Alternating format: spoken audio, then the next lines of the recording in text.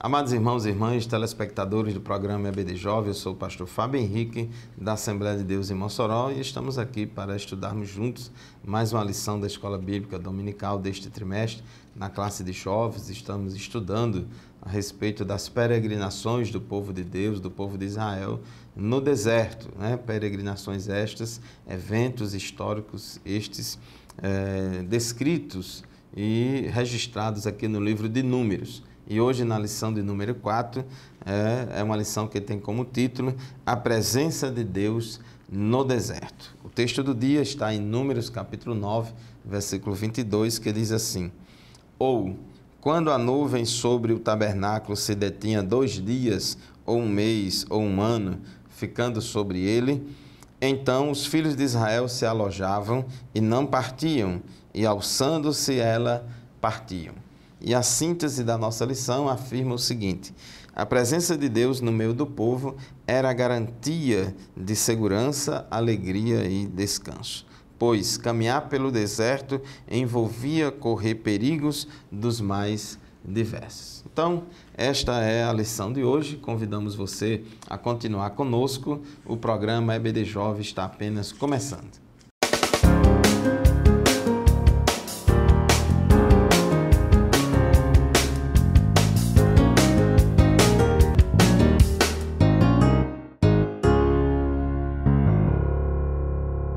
Muito bem, na lição de hoje, na lição de número 4, a presença de Deus no deserto. E quando a gente fala na presença de Deus no deserto, não tem como a gente não deixar de lembrar a questão da nuvem que acompanhava o povo de Deus durante o dia, protegendo do sol causticante do deserto, e também do fogo, da coluna de fogo, que também acompanhava o povo de Deus, protegendo o povo de Deus do frio. No deserto, os desertos são locais em que a amplitude térmica é muito grande, ou seja, há uma grande diferença entre a temperatura do dia e da noite. Então, durante o dia é muito quente e durante a noite é muito frio. Então, há necessidade de alguma coisa que se faça para melhorar o conforto térmico das pessoas, de aquecer durante a noite e de amenizar o efeito dos raios solares durante o dia.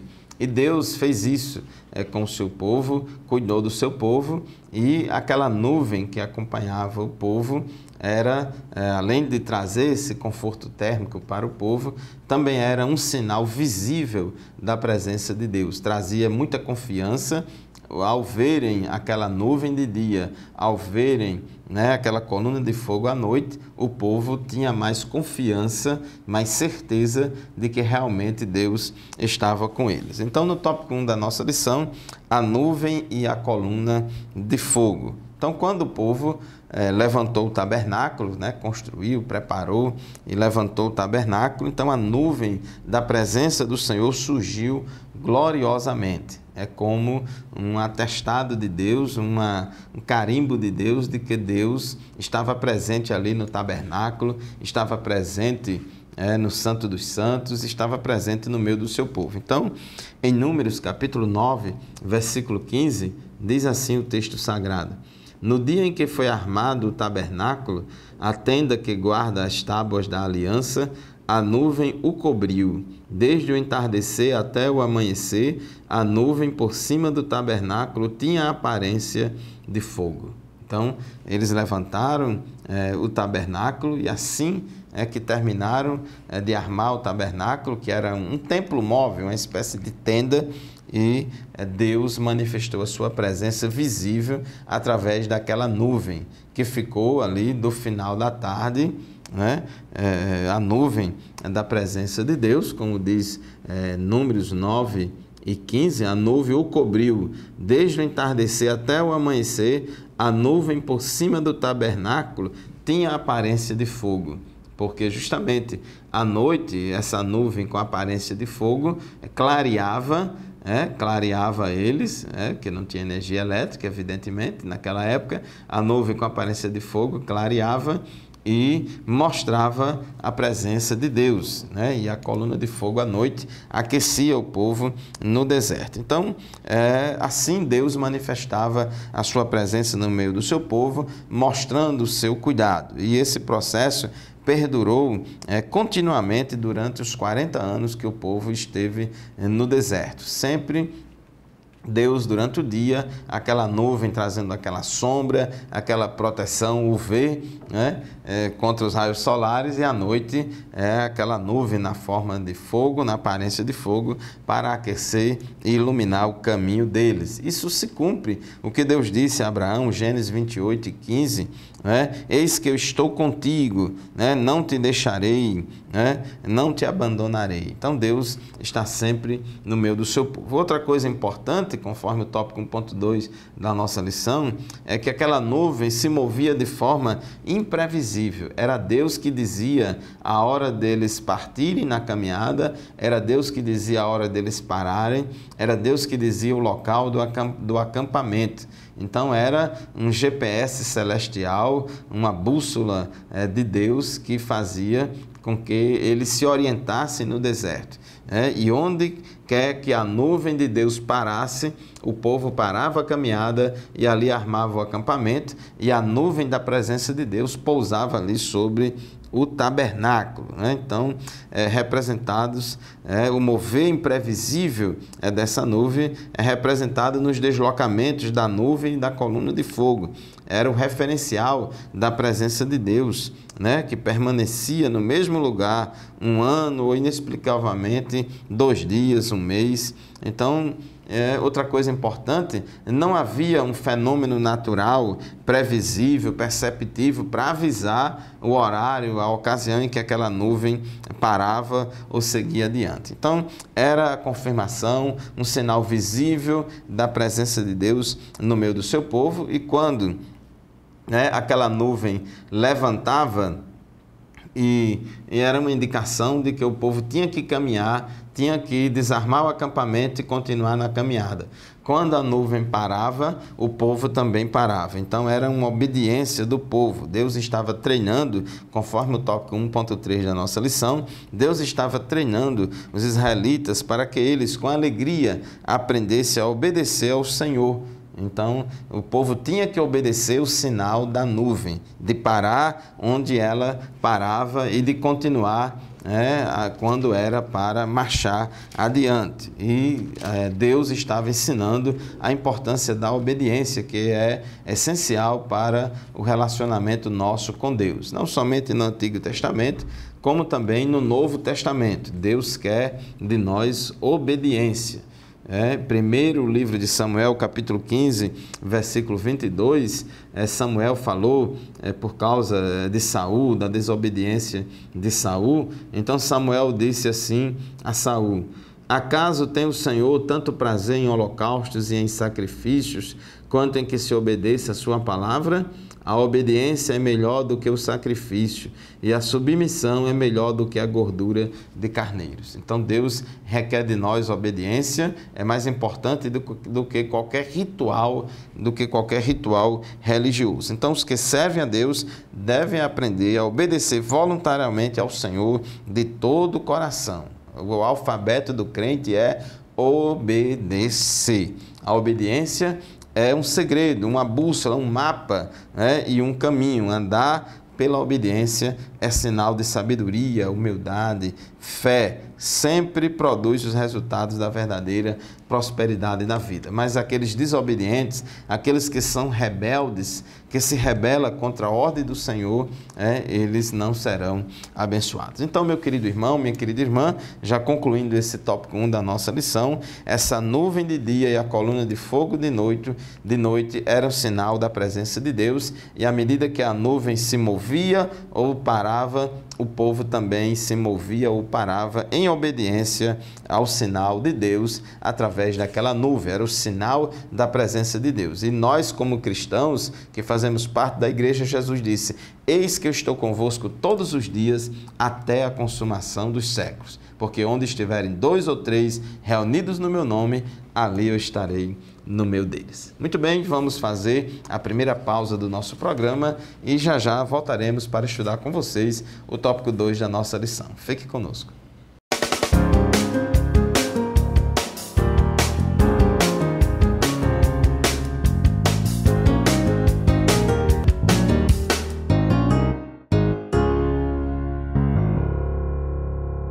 A paz do Senhor, meus irmãos e irmãs, estamos de volta com o programa EBD Jovem. Eu sou o pastor Fábio Henrique, da Assembleia de Deus em Mossoró, e estamos aqui para estudar com vocês a lição de número 4 deste trimestre, que tem como título A Presença de Deus no Deserto. Já falamos aqui a respeito do tópico 1 da nossa lição, sobre a nuvem de Deus que acompanhava os israelitas durante o dia, protegendo-os do sol causticante do deserto e dando a eles direção e um sinal visível da presença de Deus entre eles, como também da nuvem de fogo durante a noite, que protegia eles do frio, iluminava o seu caminho e também dava a eles a certeza, um sinal visível de que Deus estava presente no meio deles. Tópico 2 da nossa lição, o início da caminhada. Então, quem dava o início da caminhada era Deus. Moisés, ele não tinha essa autonomia para dizer o dia e a hora que o povo deveria levantar acampamento e seguir a caminhada no deserto. Mas era o próprio Deus que dizia, através da nuvem que se levantava em cima do tabernáculo e começava a se mover, como um sinal de que era a hora do povo desarmar as barracas, as tendas, e assim continuar a caminhada no deserto. E nesse processo todo, Deus mandou que eles usassem trombetas para dar ordens para marchar. Aqui no capítulo 10 do livro de Números, versículo 2 e os versículos 9 e 10, diz assim: o Senhor disse a Moisés: faça 2 cornetas de prata, corneta ou trombeta, conforme a tradução, faça 2 cornetas de prata batida, a fim de usá-las para reunir a comunidade e para dar aos acampamentos o sinal para partirem. Então, aquela trombeta de prata, aquela corneta de prata era necessário para poder tocar e dar o sinal para o povo para partir. Versículos 9 e 10 de Números, capítulo 10, diz assim: quando em sua terra vocês entrarem em guerra contra um adversário que os esteja oprimindo, toquem as cornetas, e o Senhor, o Deus de vocês, se lembrará de vocês e os libertará dos seus inimigos. Também em seus dias festivos, nas festas fixas e no primeiro dia de cada mês, vocês deverão tocar as cornetas por ocasião dos seus holocaustos e das suas ofertas de comunhão, e elas serão um memorial em favor de vocês perante o seu Deus. Eu sou o Senhor, o Deus de vocês. Então Deus ordenou que eles tocassem essas cornetas na hora de levantar acampamento para marchar, na hora de convocar todo o exército de Israel para a guerra. Deus também mandou que tocasse essas cornetas também em momentos festivos de ação de graças, de festas de agradecimento a Deus. E Deus disse, que elas serão um memorial em favor de vocês perante o seu Deus. E isso relembra, que faz a gente lembrar sobre a oração. O crente, quando ora a Deus, assim como aquelas pessoas, quando eles tocavam a corneta, movia o coração de Deus e movia a Deus em ação em favor do povo de Israel, nós também, quando oramos, quando tocamos a nossa trombeta da oração, Deus também se move em nosso favor. No capítulo 10 de Números também fala, versículos 31 a 32, num episódio interessante de que aconteceu com Moisés. Moisés, em um momento de fraqueza, confiando muito na força humana, ele pediu ajuda ao seu cunhado Obabe, para que o seu cunhado Obabe o acompanhasse, junto com o povo no deserto. Prometeu, inclusive, coisas boas para ele, porque Moisés queria que Hobabe fosse o olheiro dele. Diz assim, Números capítulo 10, versículos 31 a 32, Moisés, porém, disse: por favor, não nos deixe. Você sabe onde devemos acampar no deserto e pode ser o nosso guia. Se vier conosco, partilharemos com vocês todas as coisas boas que o Senhor nos der.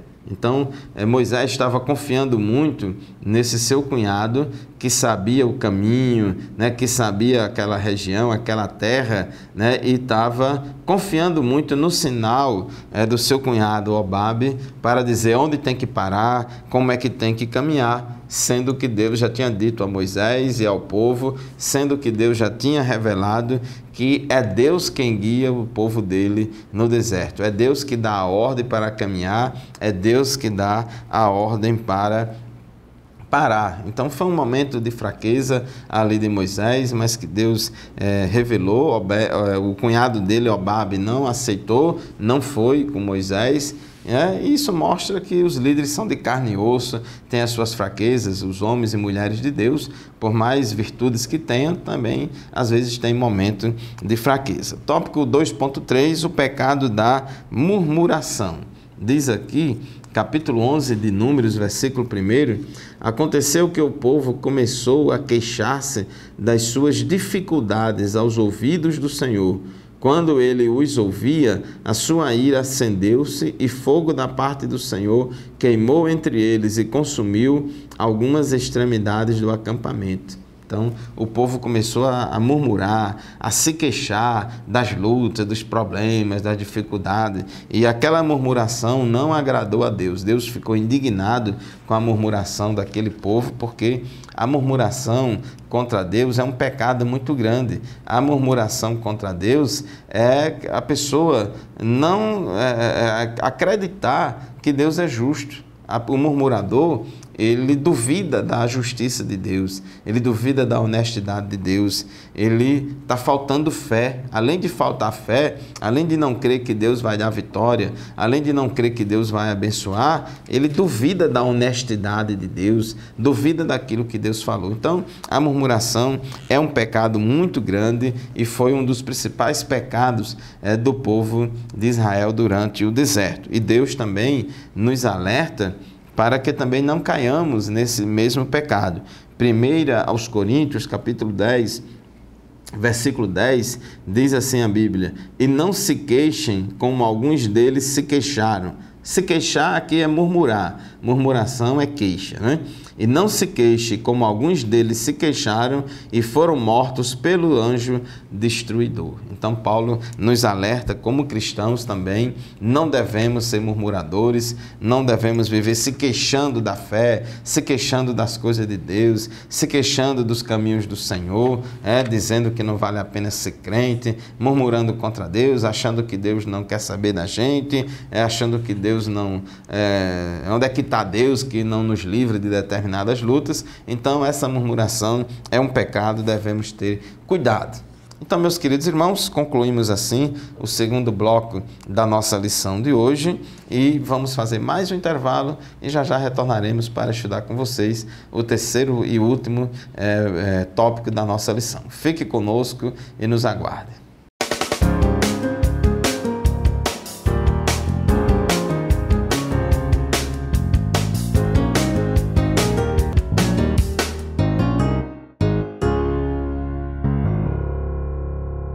Amados irmãos, eu sou o pastor Fábio Henrique, estamos de volta com o programa EBD Jovem, um programa do Departamento de Ensino Bíblico da Assembleia de Deus em Mossoró, no Rio Grande do Norte. Programa que se destina ao estudo das lições da Escola Bíblica Dominical da classe de jovens. Hoje estamos estudando aqui a lição de número 4, a presença de Deus no deserto. No tópico 1, estudamos aqui a respeito de que Deus, através daquela coluna, daquela nuvem de dia e a coluna de fogo à noite, através disso, Deus mostrou, Deus deu ali uma prova visível de que Ele estava presente no meio do seu povo e cuidando e guiando o seu povo ali no deserto. No tópico 2, nós falamos a respeito da caminhada, da ordem, da oração, né, do sinal, né, para Deus operar em nosso favor. Falamos também que Moisés, por um momento de fraqueza, né, ele deixou de confiar em Deus, pedindo ajuda do seu cunhado, mas Deus relevou aquela falha dele. E terminamos o bloco anterior falando do problema do pecado da murmuração. E agora no tópico 3, Deus levanta cooperadores. O que é que estava acontecendo?